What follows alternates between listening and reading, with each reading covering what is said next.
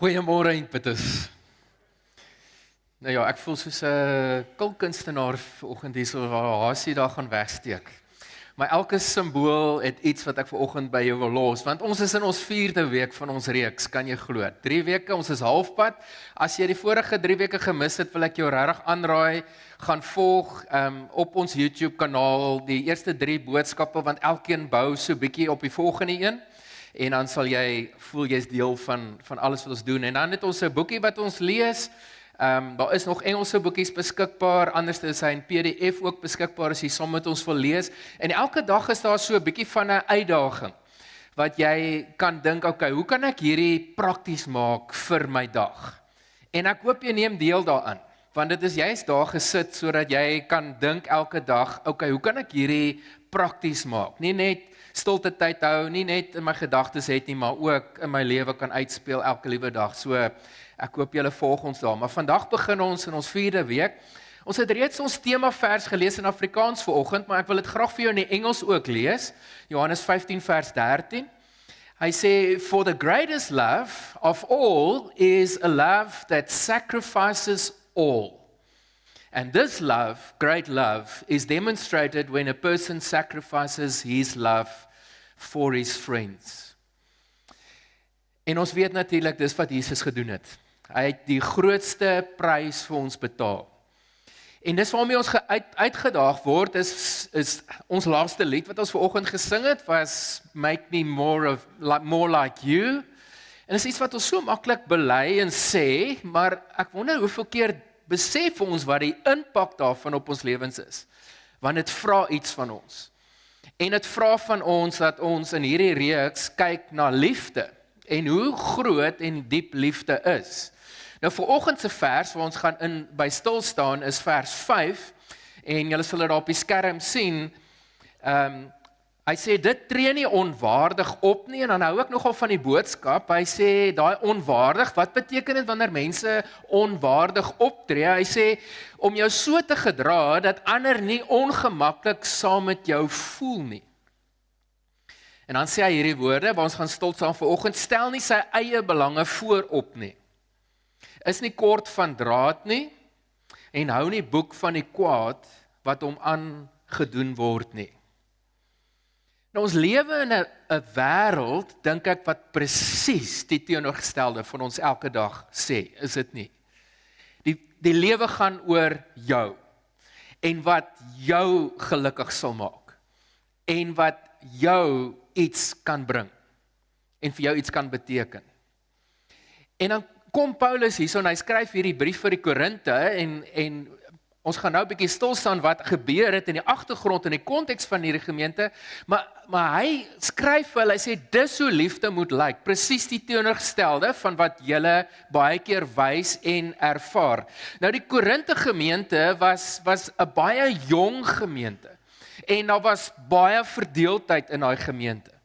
Was baie stryery onder mekaar oor wat is belangrik en wat is nie belangrik nie, en daar was seker van hulle ou gewoontes en tradisies wat begin insluip het, nadat hulle Jesus begin volg het. En dan kom Paulus as hy 1 Korintiërs skryf en hy sê vir hulle, hoor hierso, julle mis dit so bietjie, julle het Christus nou in julle lewe, maar nou sien ek dit nie meer in julle lewe nie. En daar's 'n paar goed wat voorgekom het, maar die grootste van alles is dat die eie ek, die eie belang, het teruggekom. Hulle het weer begin funksioneer, dat die lewe gaan oor my. Of hulle het groepies gemaak, en dan het daai groepies gesê, maar dit gaan oor ons, en wat ons graag wil hê. En dan kom Paulus daar in 1 Korintiërs hoofstuk 1, selfs tot hoofstuk 4, en dan begin hy vir hulle mooi te verduidelik. Hy sê, wel ouens, staan net bietjie stil en dink so bietjie, wat is aan die gebeur toe Christus deel van julle lewe geword het. En dan waarsku hulle daarso in hoofstuk 1 vers 10 en 11. Hy sê, en nou broers en susters, pleit ek by julle in die naam van ons Here Jesus Christus, om eendragtig saam te staan. Een in julle oortuigings, dan mag nie groepvorming onder julle wees nie. Julle moet van harte saamstem in julle denke en in julle visie. lede van die huisgesin van Chloe het aan my vertel, my broers en susters, dat daar allerlei strewelinge onder julle voorkom. So hierdie jong Christene het nie besef dat dit moet 'n impak hê op elke deel van hulle lewe nie. Maar dink net so 'n bietjie oor verhoudings in die algemeen, is dit nie, is dit nie die probleem baie keer, is die eie ek, eie belang in ons lewens nie, dat jy sien dit op jou manier, en ek sien dit op my manier, en dan probeer ons mekaar oortuig, wat een van ons is reg, en is hierdie streweling, my belang teen jou belang, en wie is nou eintlik reg? Wie moet iets prysgee, of wie moet iets opgee, en is 'n streweling, en in elke verhouding gebeur dit, en dit gebeur in groepe, en dit gebeur selfs in die kerk. Dat ons besef, as Jesus hierdie woorde sê, dan sê hy baie groot, baie radikale goed. Dit is nie net iets wat ek moet besef, en iets wat ek in moet glo nie, dit moet kan uitspeel in my elke dag se lewe. Nou ek het vir jou goeie nuus, en dan het ek vir jou ongelukkig ook slegte nuus. Kom ons begin by die slegte nuus. Die slegte nuus is, jy is meer selfsugtig as wat jy dink. Kom ek illustreer dit gou-gou. Daar's 'n groepsfoto. Hulle neem jou saam met 15 ander mense af. En die foto kom uit. En na wie kyk jy eerste op daai groepfoto? Kom ons wees eerlik. Jy kyk na jouself. Dit was nie 'n goeie angle gewees nie, die lig was nie goed op my gewees nie. Ons kom dit nie agter nie, maar ons is baie meer selfsugtig as wat ons dalk besef in ons lewens. So dis die slegte nuus, is dat ons sien dit nie raak in onsself nie, so is baie meer selfsugtig as wat ons regtig besef, maar dan kom ons bietjie by die goeie nuus, en dit is waaroor ons vanoggend gaan gesels. Kyk wat sê Jakobus 3, hy sê, julle wysheid moet juis in nederige gedrag sigbaar word. As julle bitter jaloers is en selfsugtige ambisie in julle harte het, moenie dan spog dat julle wysheid het nie. Dis om teen die waarheid in te lieg. Jaloesie en selfsug is nie wysheid wat van God afkom nie. Dis eerder aards, is tipies van iemand se sondige natuur. Eintlik is dit demonies. Want waar jaloesie en selfsugtige ambisie is, daar sal julle ook wanorde en allerlei gemeene dade kry. So hy sê met ander woorde hierso, selfsug is nie net die ou sondige aard van die ou mens voor Christus nie. Hy gaan so ver om te sê dis selfs duiwels. Dis sterk taal wat hier gebruik word. So dis hoekom dit so belangrik is dat ons daarna kyk in onsself. Die lewe wat Christus ons na toe uitnooi, en in 1 Korintiërs 13 ons vandag sê, stel ander se belange hoër as jouself. Nou waar trek ek die lyn? Nou onmiddellik sal jy sê, okay, so dit beteken dan met ander woorde dat ek altyd moet toegee. As iemand anders te sterk oor iets voel, dan moet ek toegee. En so het Annetjie vir ons in die tweede week al, toe ons gepraat het oor nederigheid, het ons begin kyk na, maar dit beteken nie dat ek almal se vloerlap moet wees nie. Dit beteken nie dat almal oor my moet loop en ek gee altyd in vir dit wat in my lewe, waar 'n verskil tussen my en ander mense is nie. Inteendeel, ek dink, dis 'n teken van vryheid, as ek sê, ek het nie nodig om my wil op iemand anders af te druk nie. Ek het nie nodig om myself te laat geld en myself te verduidelik aan ander nie. Ek het nie nodig om myself te verdedig as iemand anders te my aanval vir wie ek is nie, want ek is gegrond in wie ek is, in Christus. Dis my identiteit. Nou ek dink in ons lewens is daar twee pole wat ek vanoggend so 'n bietjie na wil kyk, en daai twee pole in ons lewens is iets wat op 'n daaglikse, seker 'n uurlikse basis in ons lewens afspeel, en jy sal dit in jouself en jou eie lewe al so baie raak gesien het. En ek gaan dit 'n paar keer op verskillende maniere daarna verwys. Aan die een kant is dit, ek wil dinge doen op my manier. Dis die ou ek, dis die selfsugtige ek. Dis wat ons nou net van praat. Dis dat ek het my manier om dinge te sien en iemand anders sien dit op 'n ander manier. Maar ons geloofslewe is daar ook 'n ander kant wat ek sê, as ek in Christus dan behoort, beteken dit dat sy wil is die belangrikste in my lewe. En dan is ek iewers toe op hierdie lyn en daar's 'n spanning tussen die twee en die twee gaan teen mekaar die hele tyd in stryd wees. En dan sê Romeine 12 is dat ek moet die hele tyd moet ek my wil kan aflê vir sy wil. Dan moet ek my gedagtes vernuwe. Nie een keer in my lewe nie, maar daagliks my gedagtes vernuwe. Die ou ek is selfgeldend. Met ander woorde, ek wil wys, iemand het my te nagekom, ek wil wys, ek stem nie met jou saam nie, ek wil myself verdedig. Die nuwe ek in Christus is die ek wat sê, ek stap die pad van oorgawe en die pad van nederigheid. Presies wat Jesus gedoen het. As Jesus daar in Johannes 17 bid, en hy sê, nie my wil nie, maar u wil moet geskied, is dit presies wat hy doen, want in daai oomblik het hy gevoel, Here, ek weet nie of ek hierdie pad kan stap nie, ek weet nie of ek my wil, om nie die pad van die kruis dalk te stap nie, kan oorgee aan u wil nie, maar hy sê, nogtans nie my wil nie, maar u wil moet geskied. So in ons lewe is daai twee pole op soveel verskillende maniere, want dis my belange, wat vir my in die lewe en my gesin se lewe belangrik is, en aan die ander kant, wat is vir God belangrik, en in sy oë belangrik in my lewe. En die hele tyd is dit amper hierdie spanning tussen die twee, en is die ou mens en is die nuwe mens in Christus, en dit speel so baie maniere in ons lewens uit, elke liewe dag. Nou vanoggend wil ek 3 simbole by jou los, wat ek hoop ons kan help. As ons regtig daai woorde wat ons gesing het vanoggend, ek wil meer soos Jesus wees, ek wil meer soos hy word, dan moet dit prakties in ons lewens raak. En dan word ons uitgedaag deur hierdie simbole wat Jesus in ons lewens los. Jesus kom daar in Lukas, in die eerste beeld is die waskom. Die eerste gedagte wat jou los is, liefde dien ander mense. Nou, meeste van ons, as jy dink, okay, sal ek iemand anders se voete was, is nie so seker of ek dit sal doen nie, maar ek wil jou 'n snaakse vraag vra, en my vraag is, wanneer laas het jy iemand anderste se kar vir hulle gewas?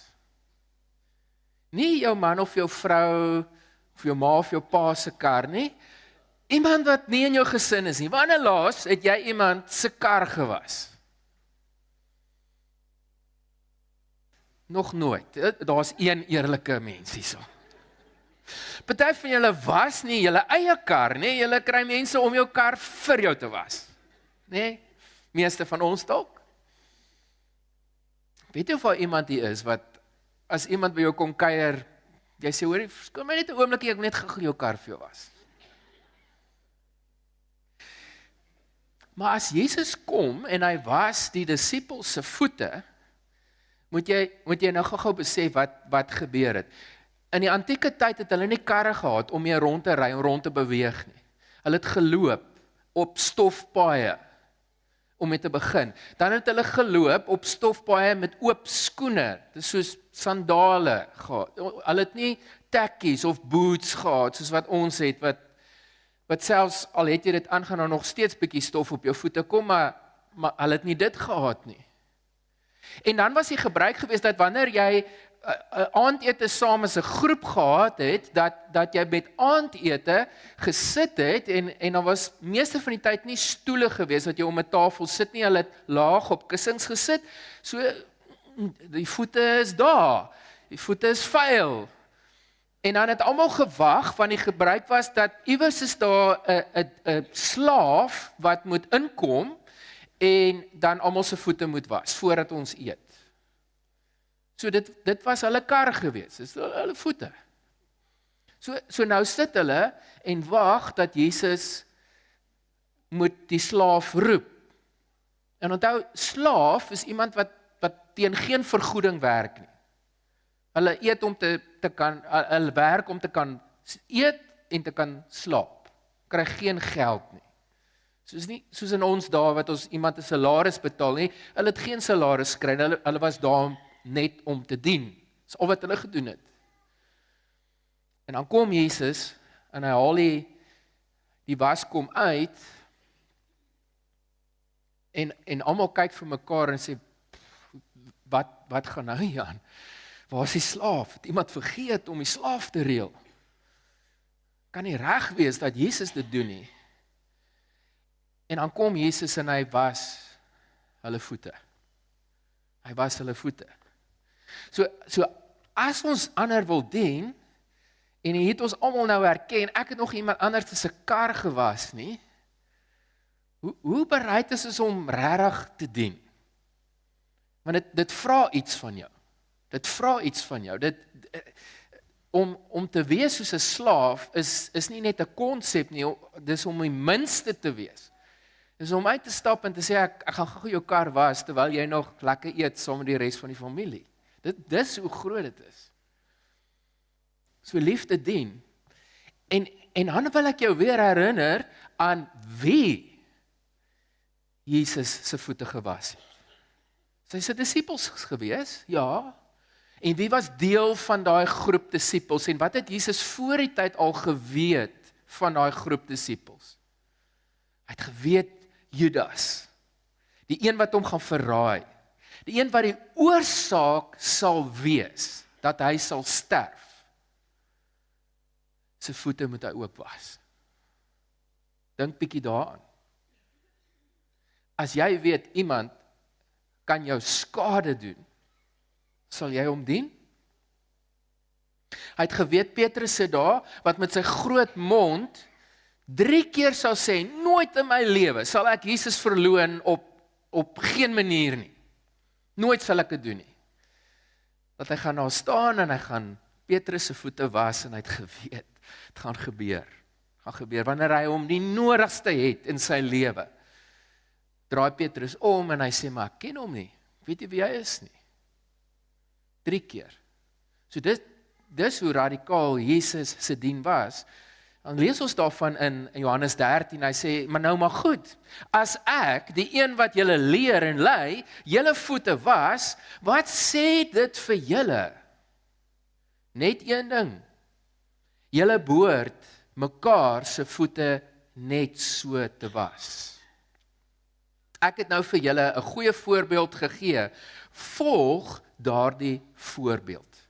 Doen aan mekaar wat ek aan julle gedoen het. So, hoe lyk jou skottel? Is jy bereid om iemand anders se kar te was?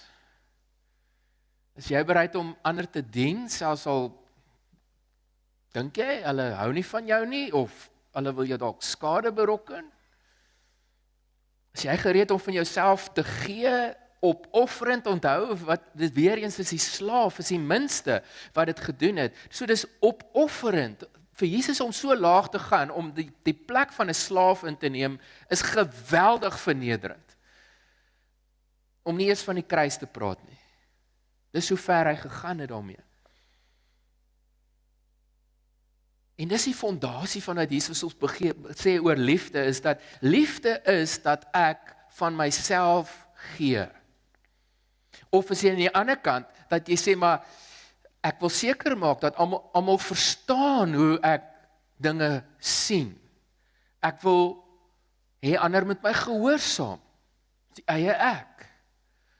Of is dit om die pad te stap aan die ander kant van die pool en te sê, maar Christus se pad. Dat selfs al vat dit ietsie binne in my, en dan voel dit nie vir my reg nie, ek is bereid om nog steeds te dien.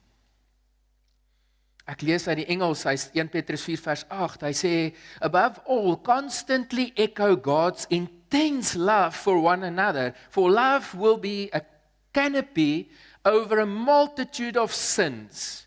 Be compassionate to foreigners, without complaining.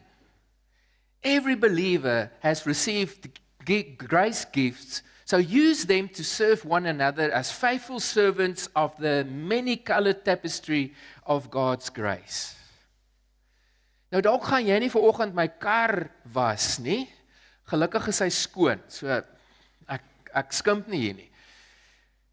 Maar jy het iets in jou lewe wat ek 100% vir jou kan sê dat daar mense in hierdie gebou is, eintlik almal, dat as jy dit wat jou gawe is, bring, dat dit ander mense sal kan help en kan dien, as jy dit doen. 100%. As jy môre instap, in jou werk, of by die skool, of waar jy ook al is, het jy een of ander gawe binne in jou, wat jy ander kan dien. En moenie net dink aan vaardighede wat jy het nie, dink aan wie jy is as mens, en hoe jy as mens ander mense kan dien met wie jy is. Vir iemand anders te wees, jy hoef net jouself te wees, dat daar's altyd 'n gawe wat die Here in elke een van ons gesit het, hoe jy ander kan dien. Maar jy het 'n keuse, gaan ek daai gawe gebruik om te dien, of gaan ek aan hierdie kant sê, so wanneer gaan iemand kom om my te dien? Ek staan gereed, dat hulle my gehoorsaam, dat hulle doen wat ek gevra het, hulle moet doen. So waar staan jy aan daai kant? So dit moet prakties raak in ons lewens, as ons ander wil dien. En daarom is daai uitdaging daar elke dag van die week. Die tweede simbool wat ek by jou wil los,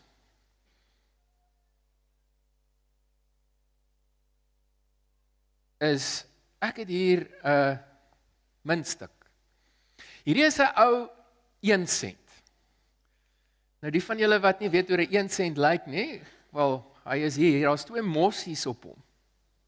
Dis 'n ou 1 sent. Maar liefde is ook bereid om te gee. Is ook bereid om te gee. Gee van jou tyd, en gee van dit wat jy het, van jou finansies, vir ander. Ek het ook hier, die wat bietjie ouer is, nog 'n kleintjie, en hierdie een se naam is 'n tikkie. Wie van julle weet wat 'n tikkie is, en 'n tikkie boks? Dis 'n groot tikkie was. Nou, ek weet dit is dalk vir julle wat daar agter sit baie, baie klein, maar dis 'n tikkie. Jesus kom en hy vertel 'n verhaal, en dan Markus 12, nou verbeel jou net bietjie, terwyl ek my gedagtes daarna toe vat, dink ek, as dit hier moet gebeur, weet ek nie hoeveel mense sal volgende week terugkom nie. Jesus is in die tempel, en hy sit voor die skatkis, daar waar die mense hulle offerhande ingooi. Hy sit daarso, en hy hou hulle dop. En hy sien hoe gooi hulle iets in die skatkis. Nou verbeel jou nou vanoggend, dat ek nou saam met daai bakkie geloop het, en ek kyk, wie gooi wat daarin. So ek sê, ek weet nie wie sal terugkom volgende week nie, maar dis wat Jesus gedoen het, aan Markus 12. En hy sê, Jesus het reg oor die offerkis gaan sit, en hy het gekyk hoe die skare geld in die kus gooi, en in die proses het baie welgesteldes groot bedrag geld ingegooi. Toe kom daar 'n brandarm weduwee, en sy gooi net 2 klein geldstukkies. Nou dis so groot soos 'n 1 sent stuk. Nou, die muntstukke wat sy ingegooi, daai 2 muntstukke word genoem 'n lepta. So sy gooi 2 leptas, en nou daai foto wat julle in die begin gesien het, is letterlik hoe hy gelyk het. Hy weeg 1 gram. 1 gram, dis hoe min hy is. En sy gooi dit in. Nou wat jy met 2 lepta kon gekoop het, al wat jy daarmee kon gekoop het, is 'n handvol meel. 'n handvol meel. Dis al. So dis nie eers 'n maaltyd vir 'n gesin nie, dis 'n maaltyd dalk vir 1 persoon vir 1 ete, as hy iets met daai meel gedoen het. Dis hoe baie dit was. As jy maar toe gegaan het, en jy het vleis gekoop, en jy het soos 'n mossie of 'n duif gekoop, het dit jou 8 lepta gekos. So sy kon nie eers vleis bekostig nie. Sy kon 'n handvol meel bekostig. Daarop roep Jesus sy disippels na hom toe, en hy sê, weet verseker, hierdie arm weduwee het meer in die offerkis gegooi as al die ander. Julle sien, almal het ingegooi vanuit hulle oorvloed, maar sy het, arm soos sy is, alles ingegooi wat sy gehad het. Alles waarvan sy moes lewe. So in alle waarskynlikheid was dit haar laaste maaltyd wat sy hier ingegooi het. Sy is so gefokus op God dat hierdie 2 geldstukkies wat haar laaste maaltyd sou gekoop het, is nie haar bron nie, maar God is. God is haar bron. En sy lê eintlik in die proses haar eie wil af en sy sê, maar as ek gee, as ek saai in God se koninkryk by die tempel, dan sal God my bron wees. Dan glo ek daar sal 'n volgende maaltyd vir my wees. God sal voorsien. Dis radikaal. Dis radikaal. En so as Jesus hierdie goed sê, dan dink ek ons besef in ons eie lewens, weet jy of my liefde so ver sal gaan nie? Weet jy of my liefde so ver sal gaan nie? Sy is gefokus op die Here. God se liefde gee vir ander mense. En vir party van ons is ons tyd ongelooflik kosbaar. Party van ons is dit wat ons het, ons finansies vir ons ongelooflik kosbaar, maar liefde is bereid om te gee. Bereid om te gee. Dink weer aan, ons het al stilgestaan in die reeks by die barmhartige Samaritaan. Die barmhartige Samaritaan het van homself gegee. Hy het nie die tyd gehad om stil te staan en die man te versorg tot hy gesond is nie, maar hy is bereid om hom in 'n herberg in te boek en te sê, as daar nog 'n rekening sal wees tot hy gesond is, dan sal ek verantwoordelikheid daarvoor neem. Hy gee. So dink weer bietjie aan hierdie 2 pole in jou eie lewe. Aan die een kant is dit ek, my wil, en aan die ander kant is dit God se wil. Aan hierdie kant is dit ek, my tyd. Moenie my tyd vir my vra nie, want ek het nie tyd om te gee nie. My tyd is vir my kosbaar, my tyd, ek sal sigtig met my tyd, want mense gaan my tyd vat by my. Aan die ander kant sê ek, maar dis nie my tyd nie, dit is God se tyd. So hy moet my help en my prioriteite so maak dat ek bereid is om van my tyd op te offer vir hom. Aan hierdie kant is dit wat in my lewe is, my geld is myne.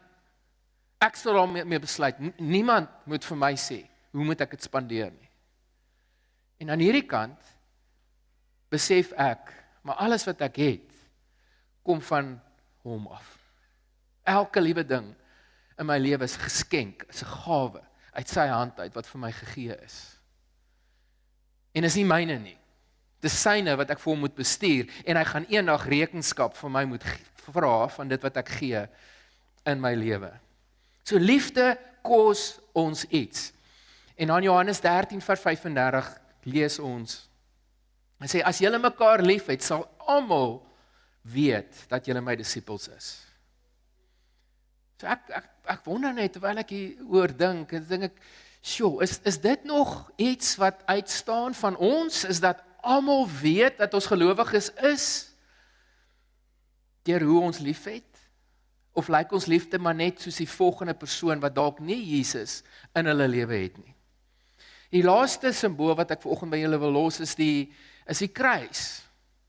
Dis die kruis en die kruis praat iets van dat ek moet van myself, my lewe opoffer, sterf vir myself en my eie begeertes. Weereens is dit nie maklik nie. Ons almal kan maar net dink aan ons eie verhoudings. Hoe maklik is dit om te sê ek wil daai pad stap en ek wil afsien van die feit dat ek dink ek is reg. Ek dink in hierdie gesprek en in hierdie konflik of in hierdie verhouding is ek reg. Hoe maklik is dit vir ons om na hierdie kant te stap en te sê ek lê dit neer, ek sterf vir myself. Ek is hier om te dien. Ek is hier om lief te hê. Want dis wat Christus gedoen het. Dan Lukas 9, toe het hy vir die skare gesê, as julle my volgelinge wil wees, dan moet julle die eie ek prys gee, elke dag julle kruis opneem en my volg. As julle probeer om julle lewe vir julleself te bewaar, sal julle dit verloor. Maar as jy julle lewe ter wille van my prys gee, sal julle dit juis bewaar. As jy 'n paar hoofstukke aanlees daar in Lukas 14, dan sê Jesus amper dieselfde. Hy sê as jy nie jou pa, jou ma, jou broer of jou suster bereid is om hulle ter wille van my prys te gee nie, dit klink verskriklik om dit te sê, maar Jesus sê met ander woorde, as iemand anderste vir jou belangriker is as ek, is jy nie geskik vir my koninkryk nie. Dan in Johannes 6 vers 66 kom Jesus ook met dieselfde gedagte en dan sê die skrif daar vir ons dat 'n groot hoeveelheid mense, die skare wat Jesus gevolg het 'n klomp weggestap van Jesus af en gesê, maar dit wat hy sê is te groot. Ons kan nie Jesus op hierdie manier volg nie. Dis te radikaal. Maar dink net bietjie, as Jesus sê, as jy my wil volg, moet jy die kruis opneem. Moet jy die eie ek kan aflê. Sterf vir jouself. Hoe dra jy jou kruis ter wille van ander mense? Hoe maklik is dit vir jou om dit te kan doen? En Jesus sê, dis as jy hom wil volg en liefde wil hê soos wat hy het, gaan die eie ek nie net een keer in jou lewe moet sterf nie. Daagliks, partykeer uurliks moet sterf. Gaan ek my wil moet oorgee aan sy wil. En hierdie spanning gaan die hele tyd daar bly, want die ou mens bly maar terugkom. En die ou mens wil homself en haarself laat geld. Maar Jesus sê, as ek wil lief hê soos wat hy lief het, dan gaan ek die pad van die kruis moet stap in my lewe. En dan op 'n plek in ons lewens moet ons kom waar Jesus gekom het, daar in Filippense 2, as Paulus dit skryf, is Jesus 'n voorbeeld. Hy sê, julle gesindheid moet soos Jesus Christus sin wees. So kom ons herinner onsself, wat was daai gesindheid? Daai gesindheid was, dat hy bereid was om 'n slaaf te wees, om ander se voete, in ons konteks, 'n ander mens, wat nie in my gesin is nie, se kar te was. Dis wat hy bereid was om te doen. Hy het 'n slaaf geword. Geen vergoeding nie. Niks wat hy kan terugkry as hy dit vir hulle doen nie. Sê alhoewel hy self God was, het hy nie vasgeklou aan sy goddelikheid wat homself toekom nie, maar hy het dit prys gegee. En dit het my laat dink in my eie lewe, waaraan hou jy vas? Sê ek wil dit nie laat gaan nie. Die feit dat jy die baas is, die feit dat jy dalk aansien het, die feit dat jy dalk geleerdheid het, die feit dat jy dalk in 'n plek is waar ander mense jou onderdane is, dalk in die gesin, waaraan hou jy vas? Jesus sê, hier gedeelte sê, ons moet dit kan aflê. Enigiets waaraan jy wil vashou en sê, dit kom my toe, moet 'n kaneel hê. Hy het 'n slaaf geword en aan mense gelyk geword. Wat slawe gedoen, hulle het van vroeg tot laat ander gedien, teen geen vergoeding nie. Dis wat hulle gedoen het. En toe het hy as mens geleef het hy homself nog verder verneder deur tot die dood toe gehoorsaam te wees, ja, tot die kruisdood toe. Hoopelik hoef ek en jy nie die pad te stap van die kruis nie. Maar soos weer Johannes 15 vers 12 wat ons al gelees het, watter liefde is daar nie dat iemand sy lewe ter wille van ander mense aflê nie, van sy vriende. Dis hoe ver dit gaan. En dan lees ons in die laaste gedeelte, daarom het God hom tot die hoogste posisie verhoog en aan hom die naam gegee wat belangriker is as elke ander naam. God die Vader het. En weer het ek gedink, waar soek ek dit wat my toekom by ander mense? By ander mense. Hulle moet dit raak sien, hulle moet my eer, hulle moet vir my sê, well done, jy het goed gedoen. Hulle moet vir my die beloning gee wat vir my harde werk of vir dit wat ek gedoen het. As ek my eer hier aan hierdie kant daar soek, gaan ek die hele tyd tekort kom. Maar dan gaan ek die hele tyd verwag dat ander moet dit vir my gee. Maar as ek sê, God sal my verhoog, God sien raak wat ek doen, of ander dit raak sien, maak nie regtig saak nie. Maar hy sal my verhoog op die regte tyd. So hoe doen ons dit? Hoe is ons in hierdie stryd betrokke in ons lewens en ek wil dit gebruik met 'n laaste voorbeeld, is dat ons almal se lewens is so glas en in hierdie glas het ons almal die behoefte aan liefde, is dit nie? Aan aanvaarding en ons wil so graag hê dat mense moet ietsie insit. En ek sal as iemand vir my 100 ml gee, dan sal ek vir hulle 100 ml gee, want dis mos nou net reg dat ek as hulle vir my iets doen, vir hulle ook iets moet doen. En die hele tyd het ons hierdie iemand moet my volmaak, iemand moet iets in my ingooi. En as ons so leef, is dit nie die liefde wat Christus vir ons het nie. Dis nie hierdie opofferende, dienende liefde wat gee, wat sy kruis opneem en homself tweede stel ter wille van ander nie. Ander se belange voorop stel nie. En wat gebeur in ons lewens is dat ons het nodig dat God van sy kant af kom en dat ek sê ek gee oor, ek kan nie dit op my eie doen nie. Hy het nodig om my vol te maak. Nou ek hoop jy kan sien, dit is swart. Want meeste van ons begeer dat ons net volgemaak moet word. Maar in ons lewens is daar so baie van die eie ek nog steeds daar.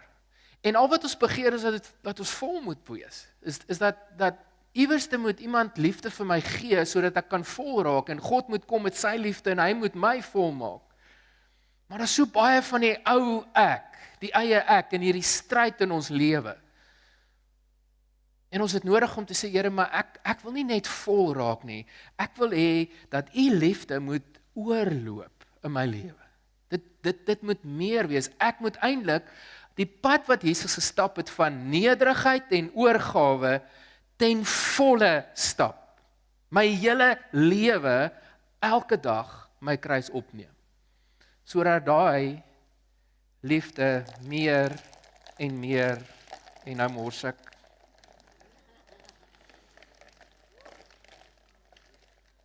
En ek hoop jy kan nou sien,